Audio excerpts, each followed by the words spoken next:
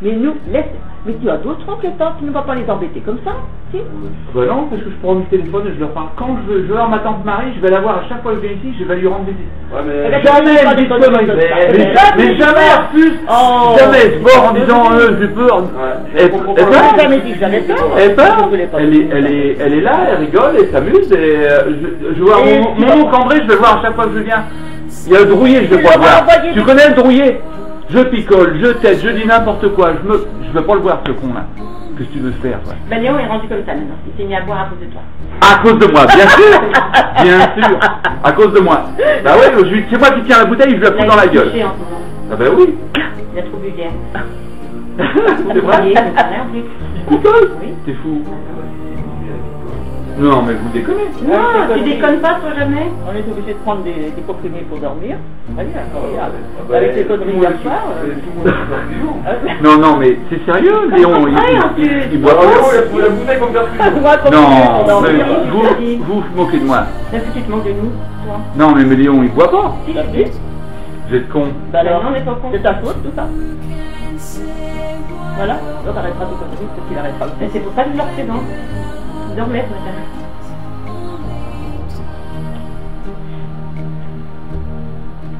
Ben, j'ai des potes qui sont comme ça. Moi j'ai un pote, mon patron il s'appelle Roger. Il a 55 ans. Et Roger est allé au Vietnam. Alors je vais te raconter l'histoire de Roger. Roger il est né en Prusse, en Pologne. Et quand les cons de l'armée rouge sont arrivés, ils ont balancé sa mère, sa tante, tout le monde. Ils étaient allemands, en Prusse, dégagés. À 4 ans, il s'appelle Mika. Okay, et il dit tout le temps qu'il est polonais, il veut surtout pas dire qu'il est allemand. Eh bien Roger, il est arrivé à 4 ans en Australie. À 20 ans, le fameux gouvernement australien des cons en duellant a dit tiens fiston, voilà un fusil. Maintenant tu vas au Vietnam, tu vas casser la gueule au groupe. Eh bien il y a 55 balles à mon père Roger, et mon père Roger j'ai bossé avec lui, je veux lui parler du Vietnam, je peux pas dire un mot. Et tu sais ce qu'il fait tous les lundis? D'abord, tous les jours de la semaine, il prend des pilules pour rester calme. Et le reste de et le lundi, il va voir ses copains du Vietnam, il se prend une cuite avec ses copains du Vietnam. Le pire, c'est que Roger, il a une fille qui a 40 balais. Elle est encore à la maison. Elle est larguée. Je sais moi pourquoi elle est larguée. Alors, le problème, c'est pas Jean-Paul Gallon, le problème, c'est que vous vous mettez le doigt dans l'œil, les gars, faut lire un peu de psychologie, c'est pas compliqué la psychologie. Ah ben ne lisez pas, continuez à la bouteille. Je vais t'envoyer une caisse de bouteille. Tu vas pouvoir filer ça à Léon. Je vais t'envoyer une caisse de pastis, comme ça il va se couler la gueule, il va crever ses neurones, ça va être bon. Au pastis, il marche au médoc, c'est quoi sport? Ouais, un bon médoc, en plus c'est un dernier midi, disons à 350 balles à bouteille. Ben dis-moi, je vais t'envoyer des bouteilles, ok? Comme ça il va pouvoir se saouler la gueule encore plus. Tu mets attention par où tu l'envoies, parce qu'il veut pas recevoir... Et il prend pas n'importe quel... transporteur. En plus, un bon transporteur, il y a la qualité du pinard, il y a... Il y a la façon de se transporter. Oh oui, en plus de ça, non, c'est-à-dire que là... Non, pardon. Et c'est clair qu'il y a plein de gens qui ont été agressés par cette période de guerre, c'est pour ça que la vidéo ne continue pas, et que chacun doit réussir à faire face. Et le malheur de l'autre n'est pas nécessairement le malheur. Toi, ce que tu peux essayer de faire, c'est de comprendre l'autre dans son malheur et essayer de l'aider au mieux que tu peux. Mais hormis ça, si toi, il faut que tu te rendes malade parce que l'autre a été malade, tout le monde est malade, quoi. Et non, il y a un moment, il faut dire, bah oui, il y a des choses qui existent, il y a des choses qui se sont passées. Mais après, c'est ton attitude à toi, dans ta vie au quotidien, qui fait que les choses vont être comme elles sont, et non pas comme à certaines périodes des gens qui viennent. Il y a des trucs, moi j'arrive là-dessus, j'arriverai jamais à te comprendre, quoi. Parce que, attends, je vais vous recorder. Je peux toucher de la même façon que toi par rapport à toutes ces périodes difficiles de la guerre. Mais il y a derrière ça, il y a le soleil du lendemain, et puis bon, il y a... C'est sûr qu'au quotidien, si tu regardes plein de gens autour de toi, il y en a qui n'ont rien à foutre de ça, qui pensent que Bouillon et compagnie, mais toi, c'est ton regard sur les autres. D'accord. Juste pour vous mettre dans le cadre de ce qui m'est arrivé, ok, si ça a un intérêt. Il y a quelques mois, j'ai mes enfants qui fument de la marijuana. Et puis ça me fout en boule, ça me... Ah bah voilà, c'est un problème peut-être. Je pète des plombs parce que je supporte pas l'intox. Et maman, Francis, Yvette, la représentante de Léon m'a arrêté. Et puis Jacques. Alors, je reprends la communication là quand vous allez me dire bonjour. Oui. Je reprends ça. Oui. Ah oui, bon. Mais Là, on est Pierre? Oui. Bon. Tiens, le tapis, lui, regarde un peu. C'est de bien. Donc, pour continuer dans l'élan que Jacques vient de donner, là, il balance des codes dans le ventre du vent, disant tout le monde a le droit à ceci, cela, cela. Permettez-moi d'expliquer, moi, ce qui m'est arrivé depuis 4 ans. Enfin, il y a 4 ans, parce que depuis 4 ans, après le reste, vous connaissez tous, mais il y a 4 ans, non, il y a quelques mois, là, je suis allé à cette... donc, mes enfants fument la main. Ça me fait exploser, je me fâche tous les 3 mois, et puis je dis, putain, bordel. Bon, on m'invite à aller à une séance d'aide aux familles qui ont des enfants qui droguent. Et puis c'est un samedi à dimanche sur 2 week-ends.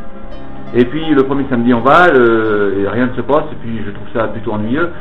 Et je dis à Simone, je vais pas retourner le dimanche, où je vais faire le week-end, mais après je vais arrêter. Et ce dimanche-là, on a une lettre à lire. Alors ce que je vous dis là, ça a un intérêt par rapport à ce que moi j'ai vécu, et après les réactions que vous avez pu avoir derrière. Tout le monde.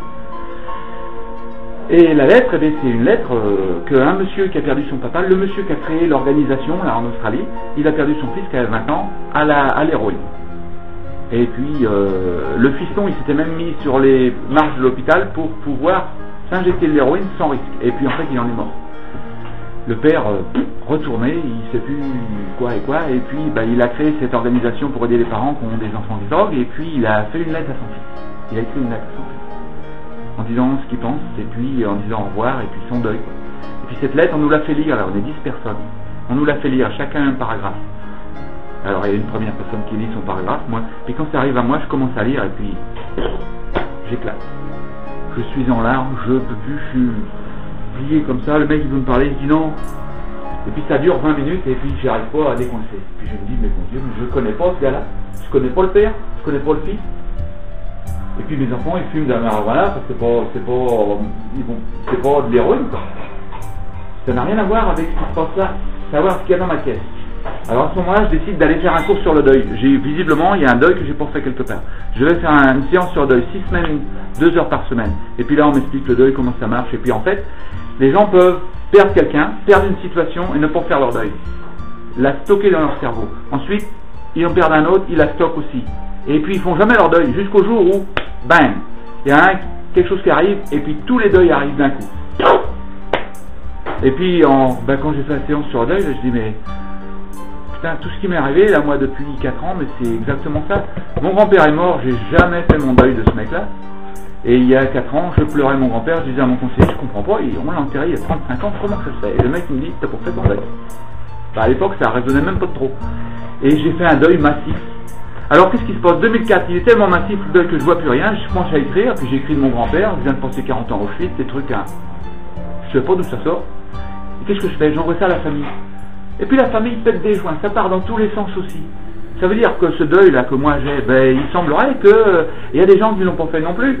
Quand on se met à boire, pourquoi ils boivent? Personne ne boit s'ils ont pas mal au cœur. Personne se planque en courant s'ils ont pas mal au cœur. Personne. Surtout pour des mots sur un morceau de papier. C'est pas comme si j'étais venu avec ma hache et je commence à frapper des crânes. J'ai frappé personne. J'ai simplement écrit ce que moi je ressentais. Et puis voilà, tout le monde parti en Non, mais il était en train de bouillir quand on est arrivé.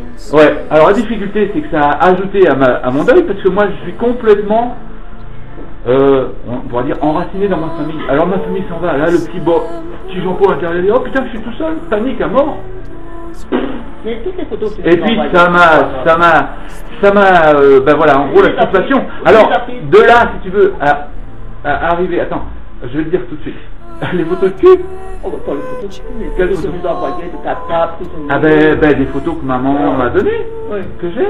C'est pas sorti ridicule tout ce que nous avons. Non, mais attends. Et donc c'est un peu la situation qui m'est arrivée, et puis après j'ai du mal à récupérer les gens parce qu'ils ont peur de moi, et puis ils ont peur de leur propre émotion en fait. Donc finalement, et puis je sais plus ce que faire pour me rapprocher des gens, parce que plus je me rapproche et plus je bord, et tu dis mais c'est normal, et plus je bord, et j'ai du mal à vivre sans ma famille, si tu veux. Même si je suis à 20 000 km, j'ai quand même du mal. Bah c'est bien quand t'es là-bas. Pour moi c'est bien. On est tranquille, mais non, mais... Tu vas pas, pourquoi ce que tu ressens, tu l'exprimes pas normalement, non, avec des phrases. La question peut-être aujourd'hui, elle est où est-ce que tu en as avec ton deuil? Parce que finalement tu dis il y a 4 ans c'était là le problème, mais moi